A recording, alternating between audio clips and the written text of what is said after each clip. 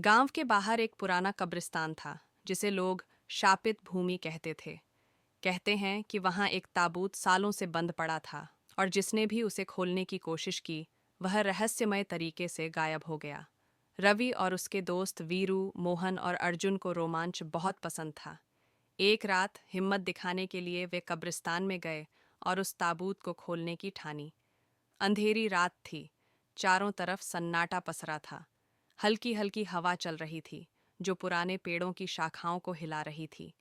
जैसे ही उन्होंने ताबूत पर हाथ रखा, एक अजीब सी ठंडक उनके शरीर में दौड़ गई, लेकिन वे रुके नहीं।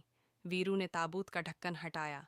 अंदर एक जला सड़ा हुआ शरीर था, लेकिन अचानक उसकी बंद आंखें खुल गईं।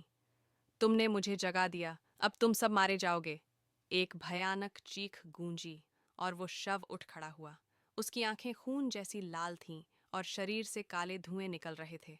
चारों दोस्त डर के मारे कांपने लगे। रवि ने हिम्मत जुटाकर अपने हाथ में पकड़ा हुआ त्रिशूल सामने कर दिया, लेकिन भूत हवा में उड़कर उन पर झपट पड़ा।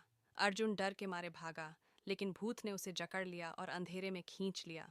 उसकी चीखें सुनकर बाकी तीनों की रूह कांप गई। हमें भागना चाहिए, मोहन चिल्लाया, लेकिन तभी भूत ने वीरू और मोहन को हवा में उठा दिया और पूरी ताकत से जमीन पर पटक दिया। उनकी हड्डियां टूटने की आवाज आई और वे वहीं बेहोश हो गए। अब सिर्फ रवि बचा था। वह जानता था कि भागने से कुछ नहीं होगा।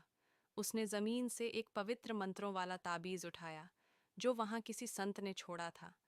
उसने कांपते हाथों से मंत्र पढ़ा और ताबीज भूत पर फेंक दिया। भूत चीख पड़ा, उसका शरीर जलने लगा और वह तड़पते हुए वापस ताबूत में गिर पड़ा। ताबूत अचानक खुद खुद बंद हो गया और उस पर लोहे की मोटी जंजीरें लिपट गईं। वीरू और मोहन होश में आए, लेकिन अर्जुन कभी नहीं लौटा।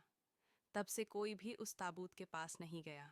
लोग कहते हैं कि अगर कोई उसे दोबारा खोलने की कोशिश करेगा तो वह श्राप फिर से जाग उठेगा। क्या तुम कभी उस कब्रिस्तान में जाने की हिम्मत करोगे?